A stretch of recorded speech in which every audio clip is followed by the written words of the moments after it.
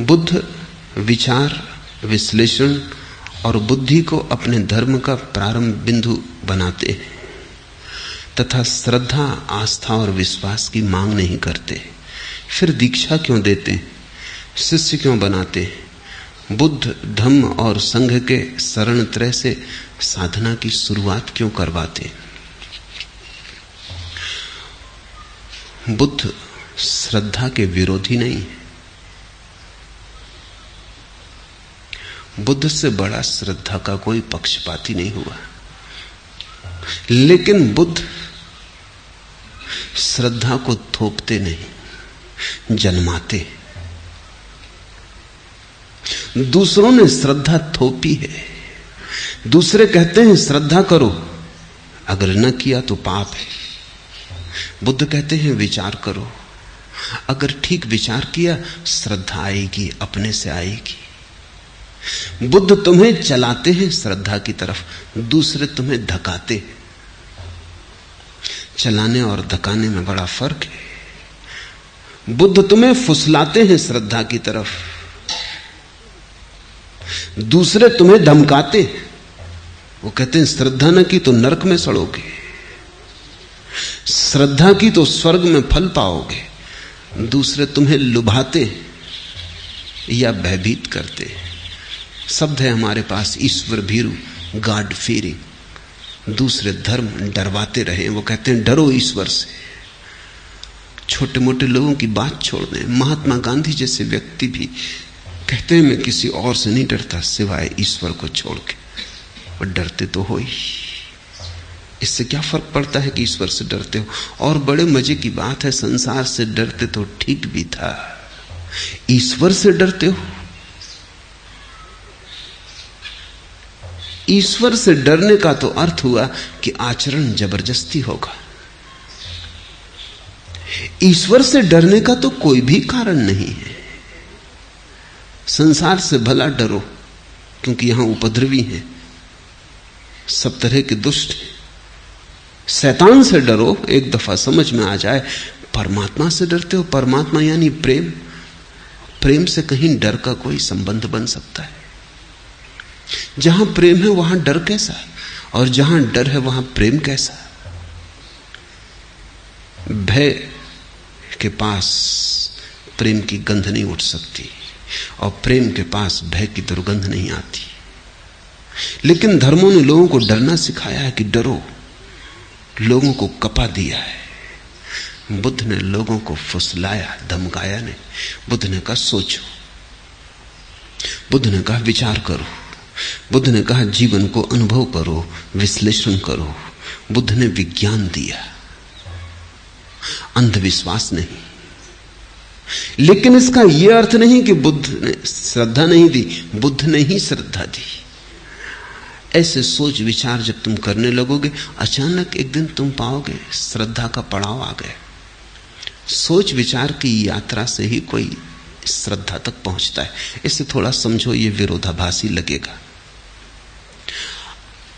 बिना सोच विचारे तो कोई कभी श्रद्धा तक नहीं पहुंचता, एक बात।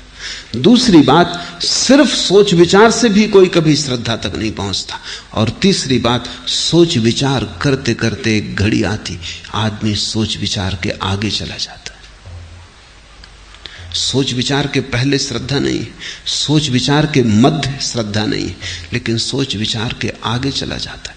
कब तक सोचोगे? सोचने की सीमा है, तुम्हारी सीमा नहीं।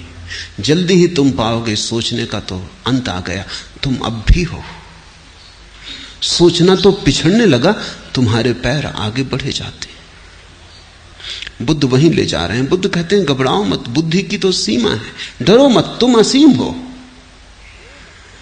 अगर तुम चले तो जल्दी ही बुद्धि का चुकतारा आ जाएगा, जगह आ जाएगी जहां तख्ती लगी कि यहां बुद्धि समाप्त होती।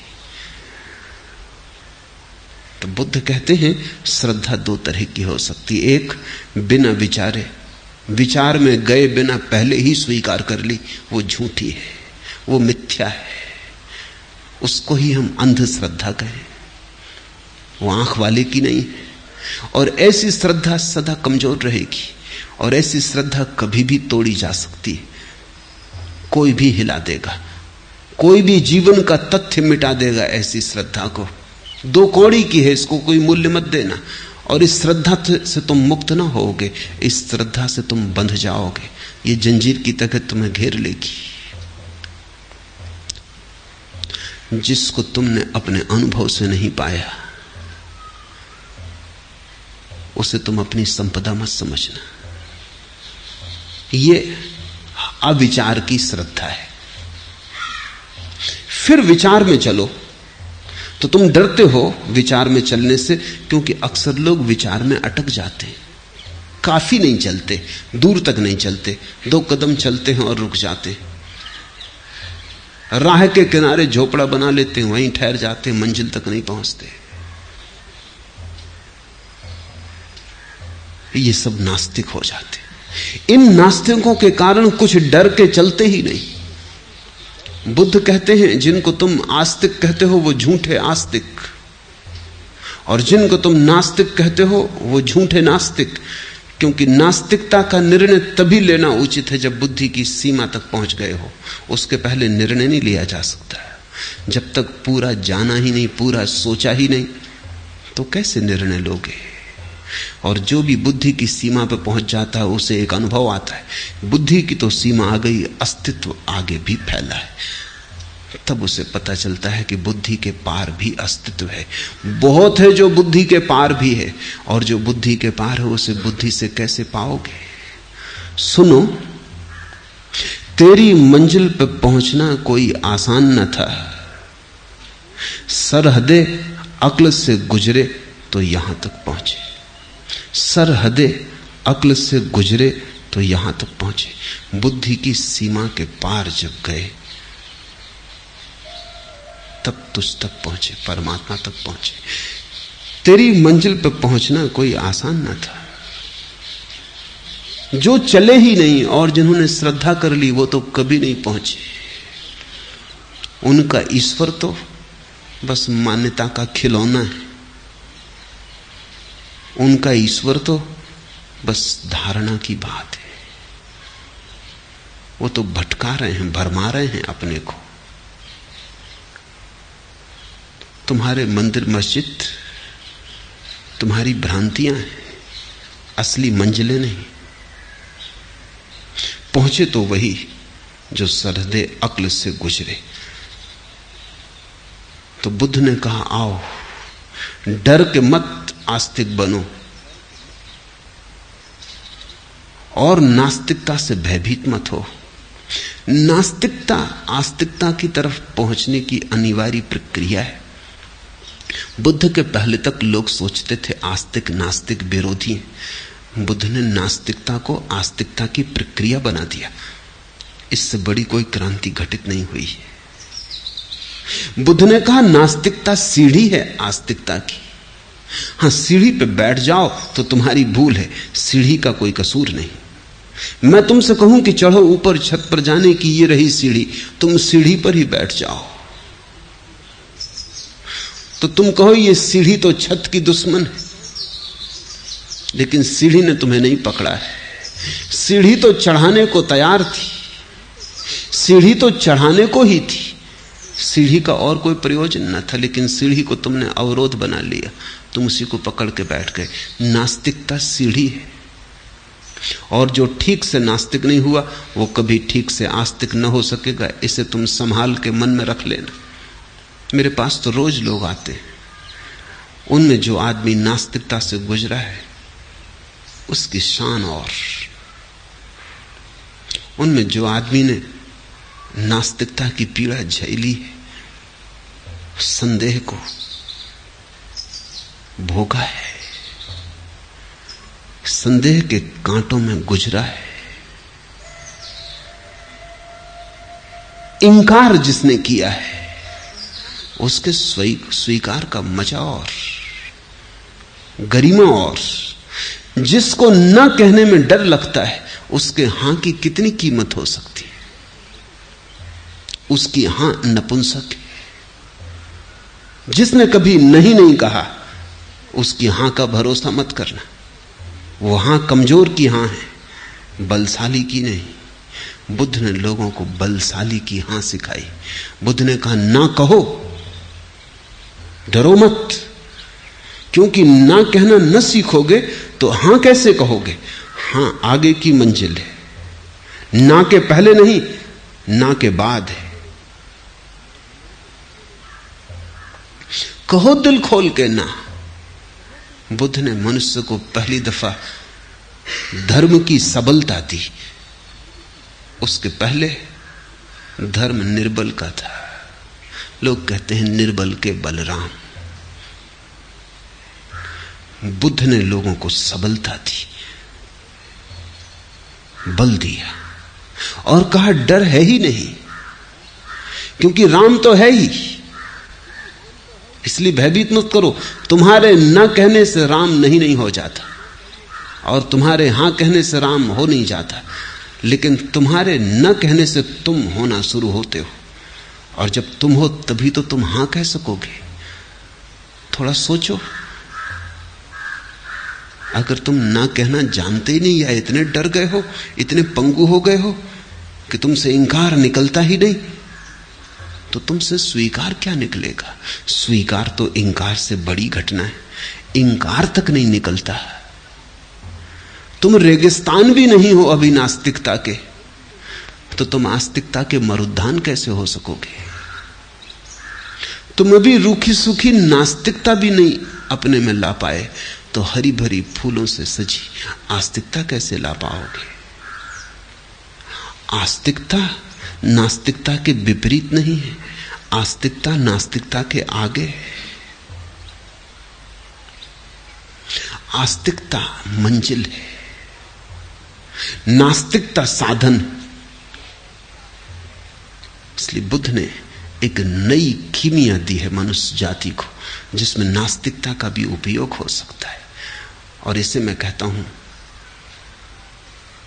बहुत अनूठी घटना, जब तुम नहीं का भी उपयोग कर पाओ, जब तुम अपने अंधकार का भी उपयोग कर पाओ, अपने अस्वीकार का भी उपयोग कर पाओ, तभी तुम पूरे विकसित हो सकोगे। जब तुम्हारा अंधकार भी प्रकाश की तरफ जाने का साधन हो जाए, जब तुम अपने अंधकार को भी रूपांतरित कर लो, वो भी प्रकाश का ईंधन बन जाए, जब तुम अपने इंकार को भी अपनी स्वीकार की सेवा में रत कर दो, वो दास हो जाए, तुम्हारी नास्तिकता आस्तिकता के पैर दबाए, तभी। बुद्ध ने विचार दिया, विश्लेषण दिया, बुद्धि को अपने धर्म का प्रारंभ बिंदु का, अंत नहीं। इसलिए तुम घबराओ मत कि बुद्ध दीक्षा क्यों देते, घबराओ मत कि बुद्ध शिष्य क्यों बनाते, घबराओ मत कि बुद्ध धर्म संघ और बुद्ध की शरण आने का निमंत्रण क्यों देते हैं। लेकिन यह निमंत्रण वो उन्हीं को देते हैं जो नास्तिकता से पार हो गए। ये हर किसी को नहीं देते। हर किसी को तो वो विचार देते हैं, विश्लेषण देते हैं। फिर जो विचार और विश्लेषण करते हैं और जो अपने अनुभव से भी बुद्ध के गवाह हो जाते हैं और कहते हैं ठीक कहते हो तुम, सोच के भी हमने यही पाया कि सोचना व्यर्थ है। शास्त्रों में झांक के देखा कि शास्त्र बेकार है। ठीक कहते हो तुम कि धर्म परंपरा नहीं विद्रोह है, हमने भी सोच कर देख लिया।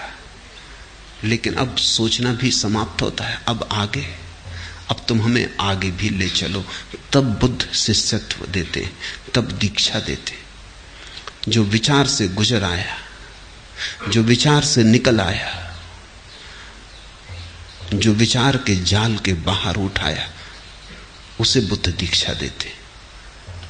मुझसे लोग पूछते कि अगर श्रद्धा से ही उसे पाना है तो आप लोगों को इतना समझाते क्यों। समझाता हूं इसलिए कि पहले श्रद्धा को पाना है, श्रद्धा से उसको पाना है, जरूर स्वीकार, लेकिन पहले श्रद्धा को पाना है। और श्रद्धा को तुम कैसे पाओगे? दो उपाय हैं। एक तो तुम्हें भयभीत कर दूं कि नरक में, अग्नि में जलोगे, जलते कढ़ाओं में, आग के उबलते कढ़ाओं में डाले जाओगे, या तो तुम्हें भयभीत कर दूं प्रलोभित कर दूं कि स्वर्ग में अप्सराएं तुम्हारी प्रतीक्षा कर रही, अगर श्रद्धा की तो स्वर्ग, अश्रद्धा की तो नरक। या तो तुम्हें इस तरह से जबरदस्ती धकाऊं, जो कि गलत है, क्योंकि जिसने भय के कारण राम को जपा, उसने जपा ही नहीं, भय को ही जपा। जो डर के कारण नैतिक बना, वो नैतिक बना ही नहीं। पुलिस वाले के डर से तुमने चोरी न की, ये भी कोई अचोर होना हुआ। नरक के भय से तुमने बेईमानी न की, ये भी कोई ईमानदारी हुई। नरक के कढ़ाओं में जलाए जाओगे, इस भय से तुमने ब्रह्मचर्य धारण कर लिया, ये भी कोई काम वासना से मुक्ति हुई। ये तो कंडीशनिंग है, ये तो संस्कारित करने की तरकीबें। रूस में एक बड़ा मनोवैज्ञानिक हुआ पावलव, उसने तो, अब रूस तो नास्तिक मुल्क है, लेकिन पावलव की बातें रूस के लोगों को भी जमी। किसी ने यह बात खोजबीन नहीं की कि पावलव जो कह रहा है वो तथाकथित धार्मिकों से भिन्न बात नहीं। पावलव ने कहा कि किसी को भी बदलना हो तो समझाने बुझाने की जरूरत नहीं। समझो कि एक आदमी सिगरेट पीता है तो इसको समझाने की जरूरत नहीं है, और न सिगरेट के पैकेट पर लिखने की जरूरत है कि सिगरेट पीना हानिकर है, इससे कुछ भी ना होगा। इससे सिगरेट न छूटेगी, सिर्फ हानि के प्रति वो अंधा हो जाएगा। रोज रोज पैकेट पे पढ़ता रहेगा तो हानि शब्द का जो परिणाम होना था वो भी ना होगा।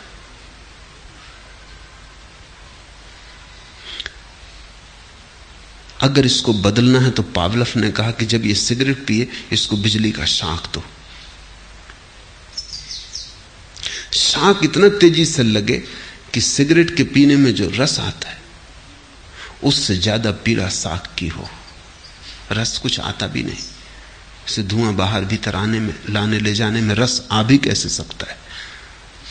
भ्रांति है, असली बिजली का शाक भ्रांति को तोड़ देगा। और ऐसा रोज करते रहो 1-2 सप्ताह तक, और तब ये आदमी हाथ में सिगरेट उठाएगा और हाथ कपने लगेगा, क्योंकि जैसे ही सिगरेट की याद आएगी भीतर याद शाक की भी आएगी। कंडीशनिंग हो गई, अब इसकी सिगरेट हाथ से छूट जाएगी। समझाने की जरूरत नहीं है कि सिगरेट बुरी है। कितने दिन से समझा रहे हैं लोग, कोई नहीं सुनता। लेकिन पावलव ने जो कहा ये बहुत भिन्न नहीं है, यही तो पुराने धर्मगुरु करते रहे।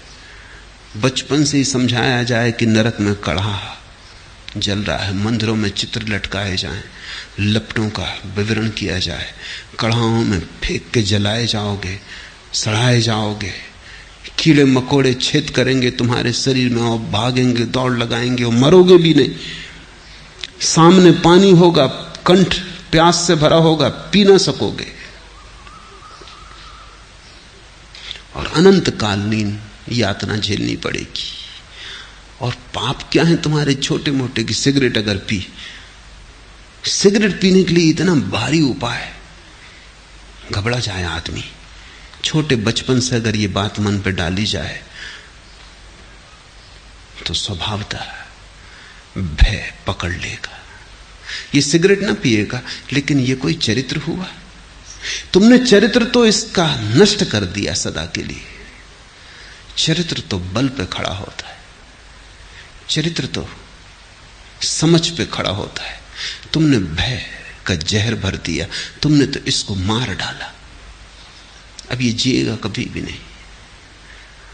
और इसी तरह स्वर्ग का प्रलोभन दिया हुआ है, वहां बड़े सुख।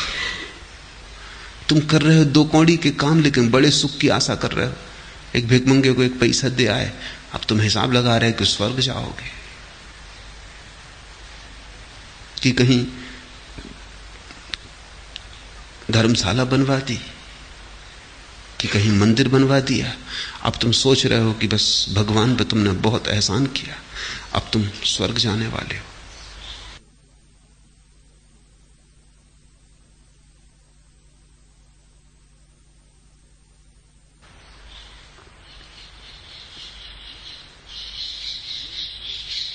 मैंने सुना है कि एक धर्मगुरु स्वर्ग जाने की टिकटें बेचता था। सभी धर्मगुरु बेचते।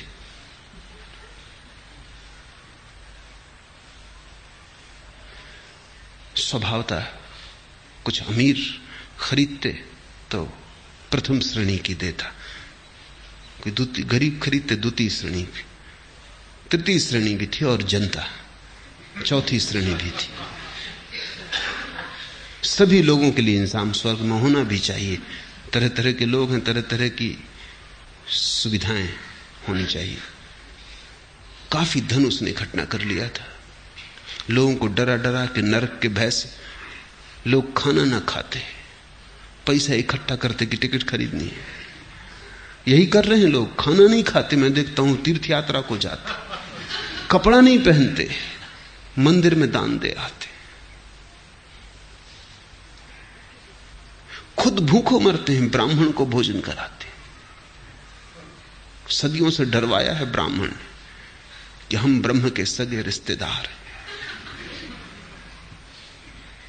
भाई भतीजावाद, अपना नाता करीब का करवा देंगे तुम्हारा इंसान भी। खुद खाओगे कोई पुण्य ना होगा, ब्राह्मण को खिलाओगे पुण्य होगा। लोग भूखों मरते हैं, तीर्थ यात्रा करते हैं, ब्राह्मण को खिलाते हैं, पंडित पुरोहितों को देते। उस धर्मगुरु ने बहुत धन इकट्ठा कर लिया। एक रात एक आदमी उसकी छाती पे चढ़ गया जाके चुरा लेके, और उसने कहा निकाल, सब रखते। उसने गौर से देखा, उसकी ही जात का आदमी था। उसने कहा अरे तुझे पता है नरक में सड़ेगा। उसने कहा छोड़ फिकर, पहली श्रेणी का टिकट पहले ही खरीद लिया, सब निकाल पैसा, तुमसे ही खरीदा है टिकट, वो हम पहले ही खरीद लिए, उसकी तो फिक्र ही छोड़ो तुम। अब नरक से तुम हमें न डरवा सकोगे, वो कोई और होंगे जिनको तुम डरवाओगे। हम टिकट पहले ले लिए, अब तुम सब पैसा जो तुम्हारे पास इकट्ठा किया तिजोरी में दे दो। लोग यही कर रहे हैं। इसको तुम चरित्र कहते हो? भय पर खड़े, लोभ पर खड़े व्यक्तित्व को तुम चरित्र कहते हो? ये चरित्र का धोखा है। बुद्ध ने यह धोखा नहीं दिया। बुद्ध ने कहा समझ, सोच विचार, चिंतन मनन, और धीरे धीरे तुम्हें उस जगह ले आना है जहां से पार दिखाई पड़ना शुरू होता है, जहां अतिक्रमण होता है, जहां तुम आ जाते हो किनारे अपने सोचने के और देखते हो उसे जो सोचा नहीं जा सकता, जहां रहस्य तुम्हें आच्छादित कर लेता है और विचार अपने से गिर जाते, जहां विराट तुम्हारे करीब आता है और तुम्हारी छोटी खोपड़ी चक्कर खा के ठहर जाती, अवाक। बुद्ध ने कहा श्रद्धा थोपेंगे नहीं, श्रद्धा तक तुम्हारी यात्रा करवाएंगे। इसलिए दीक्षा बुद्ध ने दी और श्रद्धा की बात भी नहीं की। यही तो उनकी कला है। और जितनी दीक्षा उन्होंने दी किसने दी? जितने लोगों को उन्होंने सन्यास के अमृत का स्वाद चखाया किसने चखाया? जितनी श्रद्धा बुद्ध इस पृथ्वी पर उतार कर लाए कभी कोई नहीं ला सका था। और आदमी ने बात भी ना की श्रद्धा की। यही उनकी कला है, यही उनकी खूबी है, यही उनकी विशिष्टता है। दूसरे सिर पीट पीट के मर गए, श्रद्धा करो, विश्वास करो, और कूड़ा करकट दे गए लोगों को। बुद्ध ने व्यर्थ की बातें न की। बुद्ध ने जीवन में जो भी था सभी का सीढ़ी की तरह उपयोग कर लिया। तर्क है तो उपयोग करना है, छोड़ के कहां जाओगे? सीढ़ी बना लो। संदेह है, घबराओ मत, इसकी भी सीढ़ी बना लेंगे। डर क्या है, इस पे भी चढ़ जाएंगे। तर्क के कंधे पे खड़े होंगे, संदेह के सिर पे खड़े होंगे और पार देखेंगे। और जब पार का दिखाई पड़ता है तो श्रद्धा उतरती है। श्रद्धा उस पार के अनुभव का अनुसंग है, उसकी छाया है। जैसे गाड़ी के बैलों के पीछे चाक चले आते, जिससे तुम भागते हो तुम्हारे पीछे तुम्हारी छाया भागती चली आती। जिसको दिखाई पड़ गया विराट, एक झलक भी मिल गई उसकी, जरा सी देर को हटे बादल और सूरज दिखाई पड़ गया। एक झलक ही सही, अंधेरी रात में चमकी बिजली, एक झलक दिखाई पड़ गई कि राह है, और दूर खड़े मंजिल के कलश झलक गए। बस श्रद्धा उत्पन्न हुई। इस श्रद्धा की महिमा, और इस श्रद्धा को तुम अपनी श्रद्धा मत समझना, इस श्रद्धा को तुम अपनी कमजोर नपुंसक धारणाएं मत समझना। ये श्रद्धा अर्जित करनी होती है। बुद्ध ने कहा कोई व्यक्ति पैदा होते से श्रद्धा लेके नहीं आता, संदेह ही लेके आता है। हर बच्चा संदेह लेके आता है। इसलिए तो बच्चे इतने प्रश्न पूछते हैं जितने बूढ़े भी नहीं पूछते। बच्चा हर चीज से प्रश्न बना लेता है, स्वाभाविक है, पूछना ही पड़ेगा, क्योंकि पूछ पूछ के ही तो वहां पहुंचेंगे जहां अनुभव होगा। और सब पूछना गिर जाता, सब जिज्ञासा गिर जाती। मुझसे लोग कहते हैं आप क्यों इतना समझाते हैं जब श्रद्धा से पहुंचना है। समझाता हूं ताकि श्रद्धा तक पहुंचना हो जाए, फिर तो तुम खुद ही चल लोगे। श्रद्धा काफी है, फिर मेरी जरूरत ना होगी। श्रद्धा तक तुम्हें फुसला के ले आऊं, फिर तो मार्ग सुगम है, फिर तो तुम खुद ही चल लोगे, फिर तो तुम्हारी श्रद्धा ही खींच लेगी, फिर तो श्रद्धा का चुंबक काफी है।